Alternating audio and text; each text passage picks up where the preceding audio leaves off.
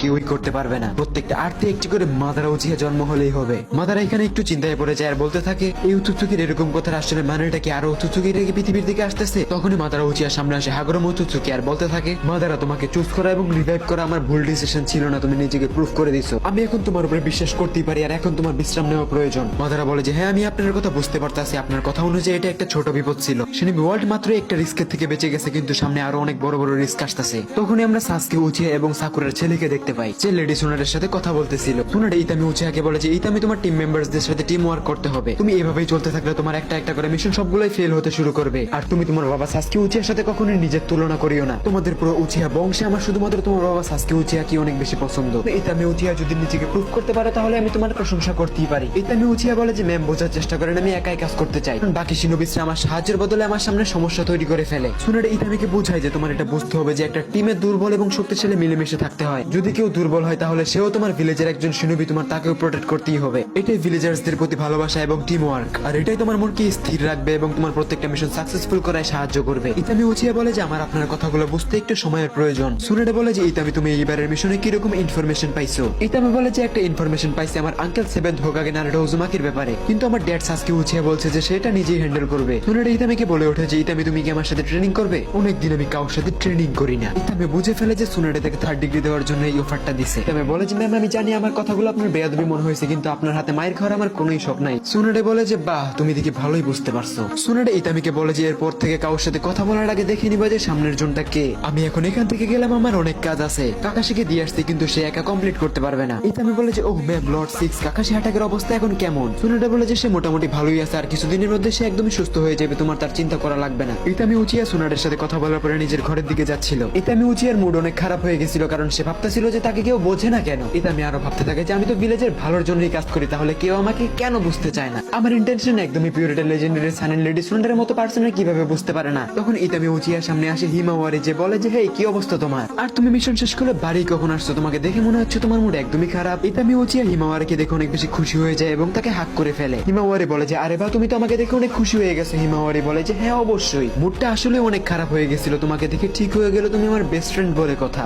তখনই হিমাওয়ারি বলতেছিল যে হ্যাঁ আমি বুঝতে পারছি, চলো আমরা কিছু খাইতে খাইতে কথা বলি, আই এম শিওর তোমার কাছে বলার মতো অনেক কথাই আছে। তারা দুইজন এখানে খাইতে খাইতে কথা বলতে থাকে। ইতামি উচিয়া বলে যে হিমাওয়ারি এই মিশনে আমার আর কোনো কিছুই গুরুত্ব মনে হয় না, কারণ যেগুলো মিশন আমি পাইতেছি এগুলোর উপর আমার নিজের বিশ্বাস হচ্ছে না, কেউই আমাকে সত্যটা বলতেছে না আর আমি কিছুই বুঝতে পারতেছি না। কিছু লোক বলতেছে যে সেভেন্থ হোকাগে মোমোশিকি উৎসুকের কোনো একটি ডাইমেনশনে আটকে আছে। এই ব্যাপারে আমি কিছু জিজ্ঞেস করলে সিনিয়র্সরা রেগে যায়, আর সব থেকে বেশি রেগে যায় আমার ফাদার সাসকি উচিহা। হিমাওয়ারি আমি ওয়াদা করতেছি আমি তোমার বাবা সেভেন্থ হোকাগেকে অবশ্যই বাঁচাবো। তোরে হিমাওয়ারি বলে যে ইতামি আমার তোমার উপর সম্পূর্ণ আস্থা আছে। তখনই আমরা দেখতে পাই ওখানে চোজো আসে আর হিমাওয়ারিকে বলে তুমি কি আজকে তোমার বেস্ট ফ্রেন্ড ইতামির সাথে ট্রেনিং করবা, আর তুমি এটা কি খাচ্ছ দেখি আমাকেও একটু দাও। জোজো হিমাওয়ারি থেকে খাবারটাকে নিয়ে নিজেই খাওয়া শুরু করে দেয়। হিমাওয়ারি এখানে বলে যে আমার এখন যাওয়া লাগবে, আমার ট্রেনিং এর সময় হয়ে গেছে, তোমরা দুইজন এখানে রেস্ট নাও, পরে যখন দেখা হবে তখন অনেক কথা বলবো নি। আমি বলে যে ওকে ভাই তুমি যাও, মনোযোগ দিয়ে ট্রেনিং করো। আমরা এখানে দেখতে পাই যে হিমাওয়ারি জোজোর সাথে যাচ্ছে। যদি হিমাওয়ারিকে বলে যে হিমাওয়ারি আমি জানি তুমি আর ইতামি বেস্ট ফ্রেন্ড, কিন্তু আমি তোমাকে সাজেস্ট করতে চাই যে তুমি ইতামির সাথে তেমন একটা মিশবা না, ইতামির নেচার মোটেও ভালো না। আমার কথায় মন খারাপ করিও না, আমি উচিয়া ক্ল্যানের অনেক রেসপেক্ট করি, কিন্তু আমার ইতামির উপর সন্দেহ আছে, কারণ সে একজন প্রকৃত শিনোবি হওয়ার মানেই জানে না। এগুলোতে হিমাওয়ারি বলে যে আপনি তাকে ভুল মনে করতেছেন। হ্যাঁ আমিও জানি ও অনেক জেদি কিন্তু অনেক ভালো মনের ছেলে।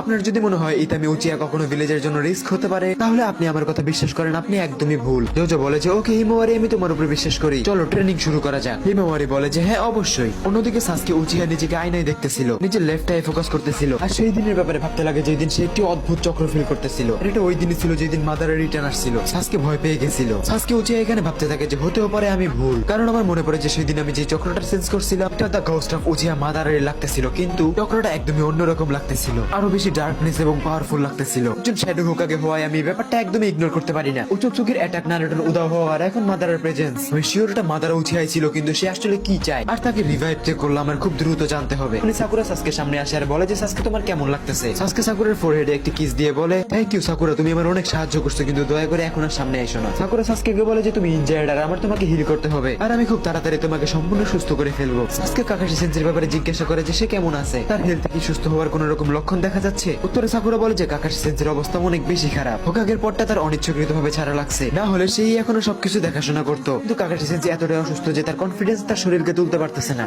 কাকাশি সেন্সির অবস্থা এতটাই খারাপ ছিল যে তার লিটারেলি অক্সিজেন মাস্কের দরকার পড়তেছিল। সাসকে এগুলো শুনে একদমই হতবাক হয়ে যায় আর বলে যে কি বলতেছো, সত্যি কাকাশি সেন্সির অবস্থা কি একটু ঠিক হয় নাই? উত্তরে সাকুরা বলে যে আমি কিছু জানি না, আমি কোনো কিছু শিওর দিতে পারতেছি না, কিন্তু আমার সবাই মিলে